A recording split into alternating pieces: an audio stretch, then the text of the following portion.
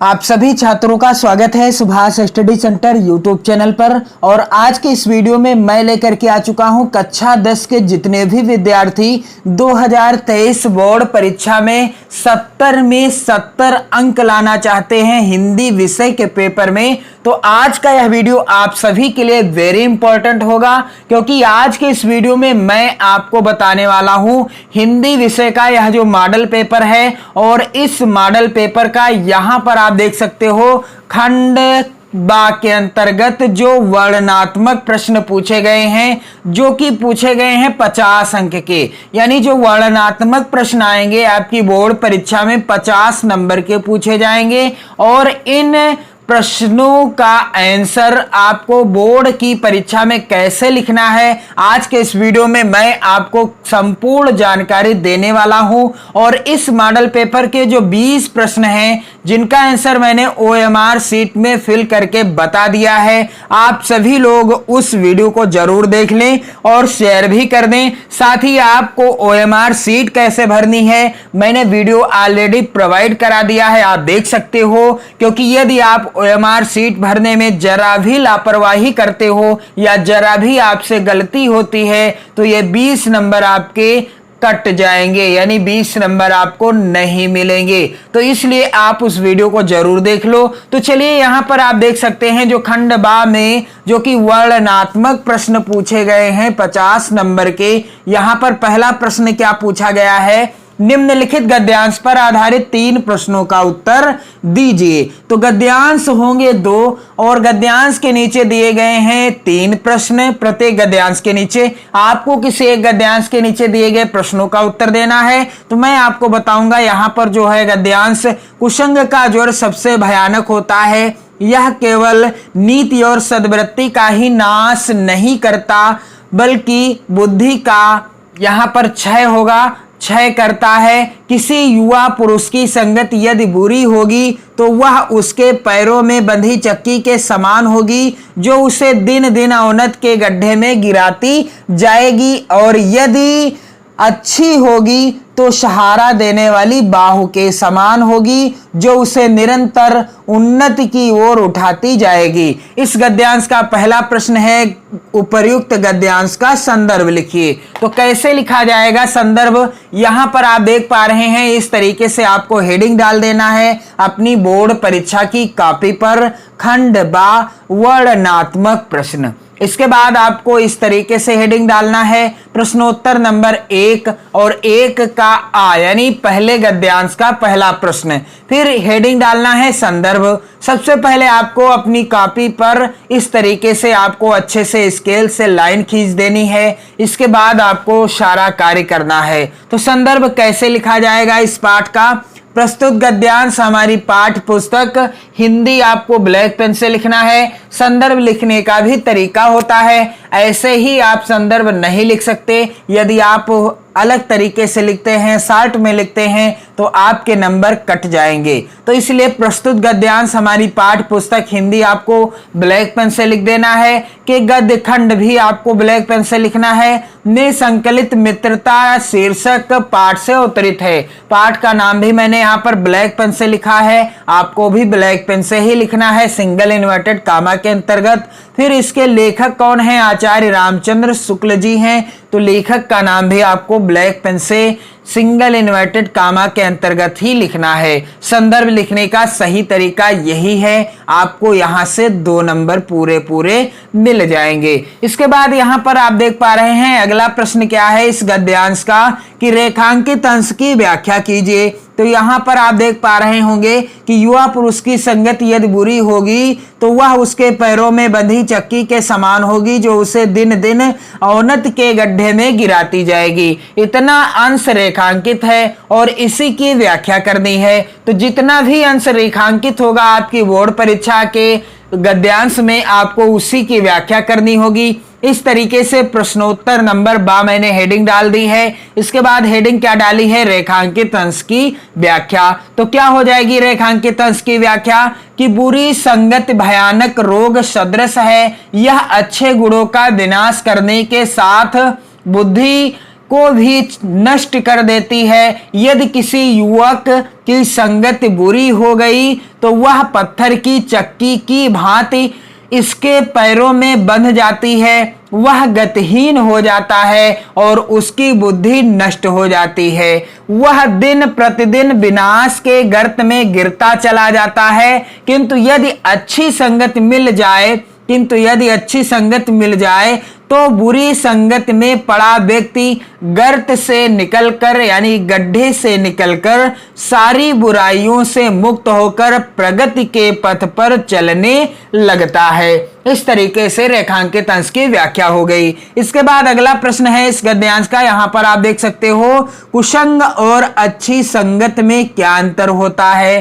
तो कुसंग और अच्छी संगत में क्या अंतर होता है, तो उत्तर क्या हो जाएगा इस तरीके से, प्रश्नोत्तर संख्या या प्रश्नोत्तर नंबर 1 का सा, और इस तरीके से उत्तर हो जाएगा कि कुसंग पैरों में बंधी चक्की के समान किंतु अच्छी संगत सहारा देने वाली बाहु के समान होती है। इस तरीके से आपको गद्यांश आधारित प्रश्नों का आंसर लिख देना है और आपके ये 6 नंबर बिल्कुल पक्के हो जाएंगे। इसके बाद यहां पर आप देख पा रहे होंगे प्रश्न संख्या 2 है इस मॉडल पेपर का, दिए गए पद्यांश पर आधारित 3 प्रश्नों का उत्तर दीजिए। तो यहां पर पद्यांश दिया गया है और इसके नीचे 3 प्रश्न दिए गए हैं। मैं आपको इसी पद्यांश आधारित प्रश्नों का आंसर बताऊंगा। तो चरण कमल बंदो हरि राई, जाकी कृपा पंगु गिरि लांग है, अंधे को सब कछु दरसाई, बहिरो सुने गूंग पुनि बोले, रंक चले सिर छत्र धराई, सूरदास स्वामी करुणामय, बार बार बंदो तेहि पाई। पहला प्रश्न है उपर्युक्त पद्यांश का संदर्भ लिखिए। तो इसका आंसर क्या हो जाएगा, इस तरीके से आपको हेडिंग डालना है प्रश्नोत्तर नंबर 2 का आ, यानी पहले ही पद्यांश का आंसर मैं आपको बता रहा हूं इसलिए मैंने यहां पर लिख रखा है प्रश्नोत्तर नंबर 2 का आ। इसके बाद हेडिंग डाली है संदर्भ, बिल्कुल अच्छे से आपको भी संदर्भ हेडिंग डालना है, अंडरलाइन भी कर देना है। प्रस्तुत पद्यांश हमारी पाठ्य पुस्तक हिंदी आपको ब्लैक पेन से सिंगल इन्वर्टेड कामा के अंतर्गत लिखना है कि काव्य खंड भी आपको ब्लैक पेन से और सिंगल इन्वर्टेड कामा के अंतर्गत लिखना है। निसंकलित पद शीर्षक पाठ यानी शीर्षक का नाम भी आपको ब्लैक पेन से और सिंगल इन्वर्टेड कामा के अंतर्गत ही लिखना है। फिर यहाँ पर इसके रचयिता कौन है, सूरदास जी हैं। रचयिता का नाम भी आपको ब्लैक पेन से और सिंगल इन्वर्टेड कामा के अंतर्गत ही लिखना है। आपको संदर्भ से 2 नंबर पक्का हो जाएंगे। इसके बाद इस पद्यांश का अगला प्रश्न है यहाँ पर कि रेखांकित अंश की व्याख्या कीजिए। जैसा कि गद्यांश में रेखांकित अंश की व्याख्या करनी होती है, ठीक उसी तरह से अब पद्यांश में भी रेखांकित अंश की व्याख्या करनी होगी। पूरे पद्यांश की व्याख्या नहीं लिखनी है। तो यहाँ पर जाकी कृपा पंगु गिर लांग है, अंधे को सब कछु दर्शाई, बहिरो सुने गूंग पुनि बोले, रंक चले सिर छत्र धराई, इतना अंश रेखांकित है और इसकी व्याख्या क्या हो जाएगी, इस तरीके से आपको हेडिंग डालना है प्रश्नोत्तर नंबर 2 बा। यदि आप 2 बा यानी पहले ही पद्यांश का आंसर दे रहे हो तो इसके बाद रेखांकित अंश की व्याख्या इस तरीके से हेडिंग डाली जाती है और क्या हो जाएगी इस पद्यांश की रेखांकित अंश की व्याख्या कि सूरदास जी कहते हैं कि मैं ईश्वर के कमलवत चरणों की वंदना करता हूं, जिनकी कृपा से लंगड़ा व्यक्ति पर्वत पर चढ़ जाता है, अंधे को सब कुछ दिखाई देने लगता है, बहरा व्यक्ति सुनने लगता है, गूंगा व्यक्ति बोलने लगता है और निर्धन व्यक्ति सिर पर छत्र धारण कर चलने लगता है। आप इस वीडियो को ज्यादा से ज्यादा मित्रों में शेयर भी करते रहें और आपको सूरदास के जितने भी पद हैं मैंने सभी को व्याख्या, संदर्भ और काव्यगौत्य सौंदर्य से रिलेटेड वीडियो के रूप में प्रोवाइड करा दिया है। आप चैनल की प्लेलिस्ट चेक कर सकते हो। तो यहाँ पर है कि जाकी कृपा पंगु गिर लांघे, अंधे को सब कछु दर्शाई, बहिरो सुने गूंग पुनि बोले, रंक चले सिर छत्र धराई। तो इस तरीके से मैंने आपको इसकी व्याख्या बता दी है। अगला प्रश्न है पद्यांश का कि प्रस्तुत पंक्तियों में कौन सा अलंकार है। तो यहाँ पर कौन सा अलंकार है, इस तरीके से हेडिंग डालना है प्रश्नोत्तर नंबर 2 का सा प्रस्तुत पंक्तियों में रूपक और अनुप्रास अलंकार की अभिव्यक्ति हुई है। इसके बाद यहाँ पर अगला प्रश्न है इस मॉडल पेपर का, प्रश्न संख्या 3। यहाँ पर क्या है कि दिए गए संस्कृत गद्यांश में से किसी एक का संदर्भ सहित हिंदी में अनुवाद कीजिए। अब संस्कृत का गद्यांश कितने अंक का आएगा? 5 नंबर का आएगा। 2 गद्यांश होंगे, आपको किसी एक का संदर्भ सहित हिंदी में अनुवाद करना होगा। तो मैं आपको बताऊंगा पहले गद्यांश का संदर्भ और इसका हिंदी में अनुवाद आपको कैसे लिखना है। इस तरीके से प्रश्नोत्तर नंबर 3 आपको डाल देना है इस तरीके से, और जिस भी गद्यांश का आप संदर्भ और हिंदी में अनुवाद लिख रहे हो उसके शुरुआती शब्दों को और अंतिम के शब्दों को इस तरीके से लिखना है।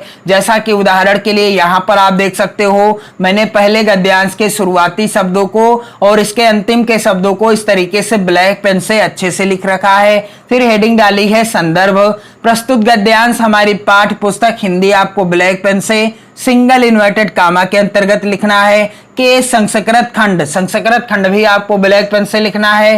के वाराणसी और पाठ का नाम भी आपको ब्लैक पेन से और सिंगल इन्वर्टेड कामा के अंतर्गत ही लिखना है। तो पाठ से उद्धृत है। प्रस्तुत गद्यांश हमारी पाठ्य पुस्तक हिंदी के संस्कृत खंड के वाराणसी पाठ से उद्धृत है। अब इसका हिंदी अनुवाद क्या हो जाएगा? तो ऐसा नगरी भारतीय संस्कृते संस्कृत भाषायाश्च केंद्र स्थलम अस्ति।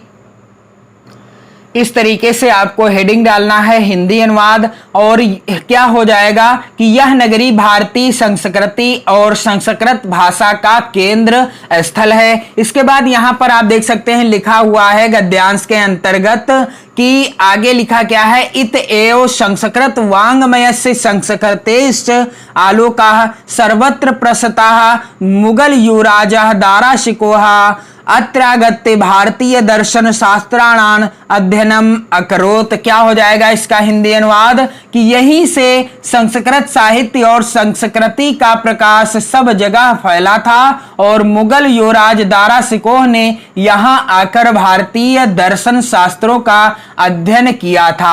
मैंने संपूर्ण पाठ को पढ़ा दिया है। वाराणसी पाठ जो है वेरी इंपॉर्टेंट है 2023 की बोर्ड परीक्षा के लिए। प्रत्येक वर्ष यहाँ से गद्यांश जरूर पूछा जाता है, इसलिए मैंने इस पाठ को कंप्लीट पढ़ा दिया है। आप चैनल के प्लेलिस्ट में देख सकते हो। आगे लिखा हुआ है गद्यांश के अंतर्गत कि सा तेषां ज्ञानेन तथा प्रभाविता अभवत यत तेन उपनिषदाम अनुवादः पारसी भाषायाम कारिताः।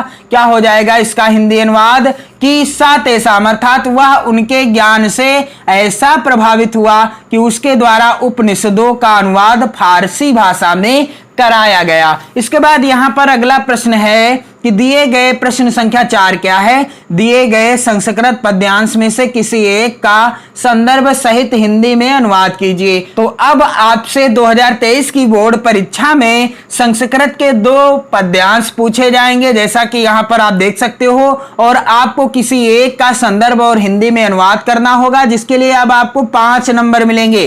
तो यहां पर 2 पद्यांश दिए गए हैं, मैं आपको बताऊंगा। यहां पर जो पहला है, सर्वे भवन्तु सुखिनः सर्वे सन्तु निरामयाः सर्वे भद्राणि पश्यन्तु मा कश्चित् दुःख भाग भवेत्। इसका संदर्भ और हिंदी में अनुवाद इस तरीके से प्रश्नोत्तर नंबर 4 यहां पर मैंने डाल रखा है। इसी तरह से आपको भी डालना है। यदि आप अथवा वाले पद्यांश का आंसर दे रहे हो तब आपको डालना है प्रश्नोत्तर नंबर 4 अथवा। इस तरीके से आपको शुरुआत के शब्दों को ब्लैक पेन से अच्छे से लिखना है और अंतिम के शब्द को भी लिख देना है। इसके बाद संदर्भ, प्रस्तुत श्लोक हमारी पाठ्य पुस्तक हिंदी आपको ब्लैक पेन से, के संस्कृत खंड भी आपको ब्लैक पेन से लिखना है, के अंतर्गत भारतीय संस्कृति पाठ का नाम भी आपको ब्लैक पेन से लिखना है, नामक पाठ से उद्धृत है। प्रस्तुत श्लोक हमारी पाठ्य पुस्तक हिंदी के संस्कृत खंड के अंतर्गत भारतीय संस्कृति नामक पाठ से उद्धृत है। आपको 2 नंबर पूरे मिल जाएंगे जब आप संदर्भ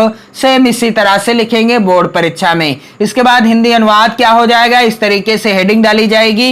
हिंदी अनुवाद क्या हो जाएगा, सर्वे भवन्तु सुखिनः सर्वे सन्तु निरामयाः, सर्वे भद्राणि पश्यन्तु, माँ कश्चित् दुख भाग भवेत। अर्थात सभी सुखी हो, सब रोग रहित हो, सब कल्याण को देखें, कोई भी दुखी ना हो। इस तरीके से इसका हिंदी अनुवाद हो जाएगा। इसके बाद प्रश्न संख्या 5 है, अपने पठित खंड काव्य के आधार पर निम्नलिखित प्रश्नों में से किसी एक का उत्तर दीजिए। तो जो खंड काव्य आपके जिले के लिए निर्धारित है, आपको उसी खंड काव्य के आधार पर किसी एक प्रश्न का उत्तर देना होगा, जिसके लिए आपको 3 नंबर मिलेंगे। यहां पर आप देख सकते हो प्रत्येक खंड काव्य से 2-2 प्रश्न पूछे गए हैं। तो आपको अपने जिले के हिसाब से जो भी खंड काव्य आपके जिले के लिए निर्धारित है, आपको उसी का आंसर लिखना है। यानी उसी खंड काव्य के जो 2 प्रश्न पूछे गए हैं, उसी में से किसी एक प्रश्न का आंसर लिखना है, जिसके लिए आपको 3 नंबर मिल जाएंगे। इसके बाद प्रश्न संख्या 6, जो कि इस प्रकार से पूछा गया है इस मॉडल पेपर में कि 6 का है। प्रश्न क्या है? 6 का। दिए गए लेखकों में से किसी एक का जीवन परिचय लिखते हुए उनकी एक प्रमुख रचना का उल्लेख कीजिए। यानी अब जो जीवन परिचय आएगा कितने नंबर का आएगा? कुल 5 नंबर का आएगा। पिछले वर्ष कितने नंबर का आया था? 3 नंबर का। लेकिन अब 2023 की बोर्ड परीक्षा में अब जीवन परिचय आएगा 3 नंबर का, और रचना का नाम लिखने पर आपको 2 नंबर मिलेगा।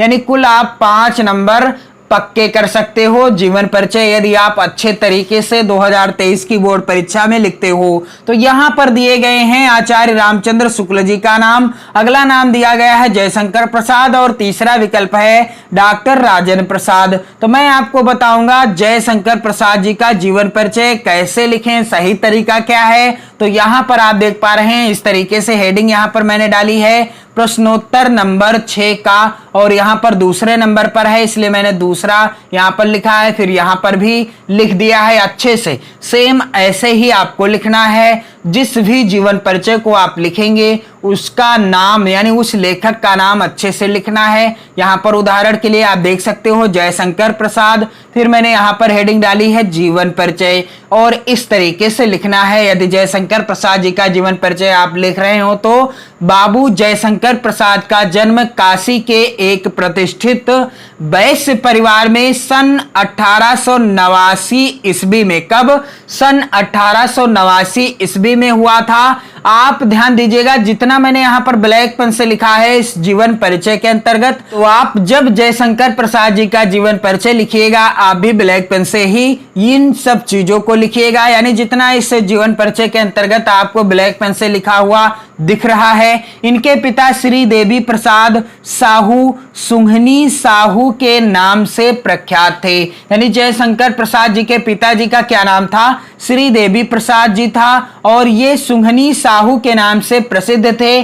उनकी दानशीलता और उदारता के कारण उनके विद्वानों और कलाकारों का बराबर समादर हुआ करता था। इनकी शिक्षा का प्रारंभ घर पर ही हुआ। जयशंकर प्रसाद जी की शिक्षा का प्रारंभ कहाँ हुआ? घर पर ही हुआ। संस्कृत, फारसी, उर्दू और हिंदी की शिक्षा इन्होंने घर पर ही स्वाध्याय से प्राप्त की। कुछ समय के लिए स्थानीय क्वींस कॉलेज में नाम लिखवाया, किंतु वहां 8वीं कक्षा से ऊपर नहीं पढ़ सके।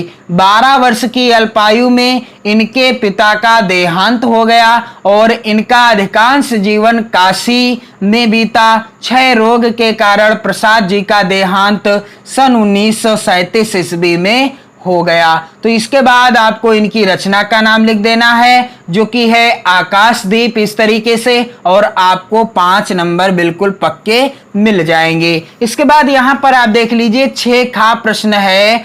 दिए गए कवियों में से किसी एक का जीवन परिचय देते हुए उनकी एक प्रमुख रचना का उल्लेख कीजिए। तो यहां पर आप देख पा रहे हैं 3 विकल्प दिए गए हैं, तुलसीदास, राम नरेश त्रिपाठी, श्याम नारायण पांडे। और आपको किसी एक कवि का जब आप जीवन परिचय लिखेंगे उनसे संबंधित रचना का नाम लिखेंगे, आपको इस बार 5 नंबर मिलेंगे। यानी कुल आपको 10 नंबर, एक लेखक का जीवन परिचय, एक कवि का जीवन परिचय आपको लिखना है, और संबंधित लेखक और कवि की रचना का भी नाम लिखना है, और कुल आपको 10 नंबर अब की बार मिलेंगे 2023 की बोर्ड परीक्षा में। इसलिए 2023 के लिए जीवन परिचय वेरी इंपॉर्टेंट है। तो मैं आपको बताऊंगा गोस्वामी तुलसीदास जी का जीवन परिचय। यहां पर इस तरीके से प्रश्नोत्तर नंबर 6 का और पहले नंबर पर है, इसलिए मैंने पहला नंबर डाला है। इसके बाद हेडिंग डाली है गोस्वामी तुलसीदास भी आप डाल सकते हो या तुलसीदास भी आप लिख सकते हो। इस तरीके से आपको हेडिंग क्या डालना है, जीवन परिचय, और क्या हो जाएगा गोस्वामी तुलसीदास जी का सरल शब्दों में जीवन परिचय। कई पुस्तकों में जब आप कई प्रकाशन की पुस्तकों में देखते हैं तो हर तरीके से लिखा होता है। यहाँ पर मैंने सबसे आसान तरीके से लिखने का प्रयास किया है, आपके समक्ष लाने का प्रयास किया है। गोस्वामी तुलसीदास का जन्म बांदा जिले के राजापुर नामक गांव में सन 1532 ईस्वी में हुआ था। तो यहाँ पर आप देख पा रहे हैं जीवन परिचय के अंतर्गत जितना मैंने ब्लैक पेन से लिखा है, काले पेन से लिखा है, आप भी काले पेन से ही लिखिएगा। और इनका जीवन परिचय वेरी इंपॉर्टेंट है 2023 की बोर्ड परीक्षा के लिए। कुछ विद्वान इनका जन्म स्थान एटा जिले के सोरो नामक स्थान को मानते हैं। ये सरयू पारीण ब्राह्मण थे। इनके पिता का नाम आत्माराम दुबे और माता का नाम हुलसी था। गोस्वामी तुलसीदास जी के पिता का क्या नाम था, आत्माराम दुबे, और इनकी माता का क्या नाम था, हुलसी था। अभुक्त मूल नक्षत्र में जन्म होने के कारण इनके माता पिता ने इन्हें त्याग दिया था। यानी गोस्वामी तुलसीदास जी का जन्म अभुक्त मूल नक्षत्र में हुआ, इसलिए इनके माता पिता ने इन्हें त्याग दिया था। स्वामी नरहरि दास ने इनका पालन पोषण किया था।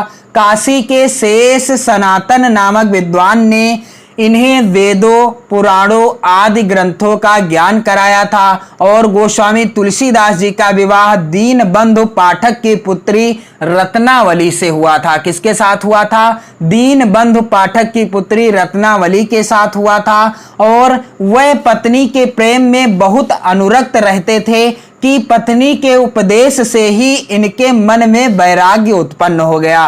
गोस्वामी तुलसीदास जी पत्नी के प्रेम में बहुत ही मस्त थे, लेकिन पत्नी की एक फटकार ने इन्हें वैराग्य होने पर विवश कर दिया, यानी ये वैराग्य को धारण कर लिए। इनका जीवन काशी, अयोध्या और चित्रकूट में अधिक समय व्यतीत हुआ। यानी इन्होंने अपने जीवन का अधिकांश समय काशी, अयोध्या और चित्रकूट में व्यतीत किया। और इनकी मृत्यु काशी के अस्सी घाट पर सन 1623 ईस्वी में हो गई। तो गोस्वामी तुलसीदास जी का जन्म 1532 ईस्वी में हुआ और इनकी मृत्यु कब हो गई, 1623 ईस्वी में। और इनकी रचना का नाम क्या है, जो कि सबसे प्रसिद्ध रचना है रामचरितमानस। इस तरीके से जब आप जीवन परिचय लिखोगे आपके ये 5 नंबर बिल्कुल पक्के हो जाएंगे, कहीं नहीं जाएंगे। इसके बाद यहां पर आप ध्यान दीजिएगा, इस मॉडल पेपर का अगला प्रश्न है 6 के बाद जो प्रश्न संख्या 7 है, अपनी पाठ्य पुस्तक में से कंठस्थ कोई एक श्लोक लिखिए जो इस प्रश्न पत्र में ना आया हो। 2 नंबर का प्रश्न आएगा। और यहां पर आप ध्यान दीजिएगा कि अब की बार 2023 की बोर्ड परीक्षा में संस्कृत के 2 पद्यांश आएंगे, यानी 2 श्लोक पूछे जाएंगे। तो आपको इस बार कितने श्लोक तैयार कर लेना है, 3 श्लोक तैयार कर लेना है। क्योंकि मान लीजिए आपने 2 श्लोक तैयार किए और दोनों ही इस प्रश्न के अंतर्गत आ गए, यानी 4 प्रश्न संख्या 4 के अंतर्गत आ गए, तब आप क्या करोगे। इसलिए आपको 3 श्लोक तैयार कर लेना है 2023 की बोर्ड परीक्षा के लिए। इसका उत्तर क्या हो जाएगा, कैसे लिखा जाएगा, यहाँ पर प्रश्नोत्तर संख्या मैंने यहाँ पर 7 डाल दी है और श्लोक लिख दिया है जो इस मॉडल पेपर में नहीं आया है। बंधनम मरणम वापि जयो वापि पराजयः उभयत्र शमो वीरः वीर भावो ही वीरता। तो आप इस बार 2023 के लिए 3 श्लोक जरूर तैयार कर लो ताकि ये 2 नंबर आपके कहीं न जाएं। इसके बाद प्रश्न संख्या यहां पर है 8। निम्नलिखित में से किन्हीं 2 प्रश्नों का उत्तर संस्कृत में दीजिए। तो यहां पर संस्कृत के 4 प्रश्न आए हुए हैं, आपको किन्हीं 2 प्रश्नों का संस्कृत में उत्तर देना होगा, 4 नंबर आपको मिल जाएंगे। तो यहां पर पहला है वाराणसी किमर्था प्रसिद्धा, दूसरा है अलछेद्रा कः आसीत, तीसरा है नागरिका किमर्था लज्जिता अभवत और चौथा है चंद्रशेखरा कः आसीत। ये दोनों प्रश्न इतने ज्यादा इंपॉर्टेंट हैं, यानी दूसरा और चौथा, कि ये लगातार बोर्ड परीक्षाओं में आते रहे हैं। तो चलिए मैं आपको बता दूं इनका आंसर कैसे लिखना है। यहां पर आप देख पा रहे होंगे प्रश्नोत्तर नंबर 8 इस तरीके से डाल दिया है मैंने, और यहाँ पर 8 का दूसरा है इसलिए दूसरा मैंने यहाँ पर 2 नंबर डाला है। और आंसर क्या है कि अलछेदरा यवन राजा आसीत। और चौथे प्रश्न का आंसर क्या है कि चंद्रशेखरा एकः प्रसिद्धा क्रांतिकारी देशभक्ता चा आसीत। यहाँ पर ये नहीं होगा, क्रांतिकारी देशभक्ता चा आसीत इस तरीके से होगा। और इसके बाद प्रश्न संख्या 9 क्या है, निम्नलिखित में से किसी एक विषय पर निबंध लिखिए। तो 2023 की बोर्ड परीक्षा में निबंध से रिलेटेड प्रश्न आएगा 9 नंबर का। अब आप ध्यान दीजिएगा, निबंध का प्रश्न आएगा कितने नंबर का, 9 नंबर का। और यदि आप 9 नंबर पक्का करने चाहते हो तो आपको क्या करना होगा, जैसे मैं आपको बताऊंगा वैसे ही आप निबंध लिखोगे, आपके ये 9 नंबर बिल्कुल पक्के हो जाएंगे। तो यहां पर महत्वपूर्ण निबंध कौन कौन से दिए गए हैं। पहला है विकल्प कंप्यूटर शिक्षा, दूसरा है पर्यावरण प्रदूषण, तीसरा है विज्ञान अभिशाप या वरदान, चौथा है परहित सरिस धर्म नहीं भाई। वेरी इंपॉर्टेंट निबंध है पर्यावरण प्रदूषण। इस पर आपको निबंध कैसे लिखना है यहां पर मैं आपको हेडिंग्स के रूप में बता दूं। प्रश्नोत्तर नंबर यहां पर मैंने डाला है 9 और 9 का दूसरा क्योंकि दूसरे नंबर पर है, इस तरीके से हेडिंग डाली है पर्यावरण प्रदूषण। इसके बाद आपको रूपरेखा हेडिंग डाल देना है और पर्यावरण प्रदूषण पर निबंध आपको कंप्लीट चैनल की प्लेलिस्ट में मिल जाएगा, आप देख सकते हो और लाभ उठा सकते हो, नोट कर सकते हो। 2023 के लिए वेरी इंपॉर्टेंट निबंध है। पहली हेडिंग क्या होगी रूपरेखा के अंतर्गत, प्रस्तावना। इसके बाद दूसरी होगी प्रदूषण का अर्थ। तीसरी हेडिंग रहेगी प्रदूषण के प्रकार, कौन कौन से प्रकार होते हैं प्रदूषण के, वायु प्रदूषण, जल प्रदूषण, ध्वनि प्रदूषण, रासायनिक प्रदूषण और रेडियोधर्मी प्रदूषण। और अगली हेडिंग यानी चौथे नंबर की हेडिंग क्या रहेगी, प्रदूषण रोकने के उपाय। पांचवी हेडिंग होगी उपसंहार। इसके बाद आपको हेडिंग डालना है प्रस्तावना, फिर आपको प्रस्तावना के बारे में लिख देना है। आपको चैनल की प्लेलिस्ट में कंप्लीट वीडियो मिल जाएगी पर्यावरण प्रदूषण पर निबंध पर।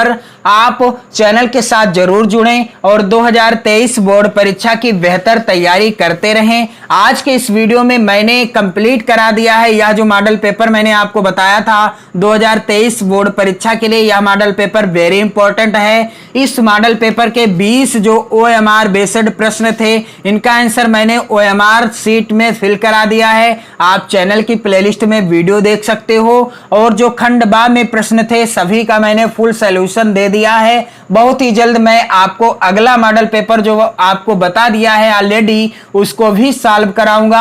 आप चैनल के साथ जुड़ें और 2023 बोर्ड परीक्षा की बेहतर तैयारी करना स्टार्ट कर दें अभी से।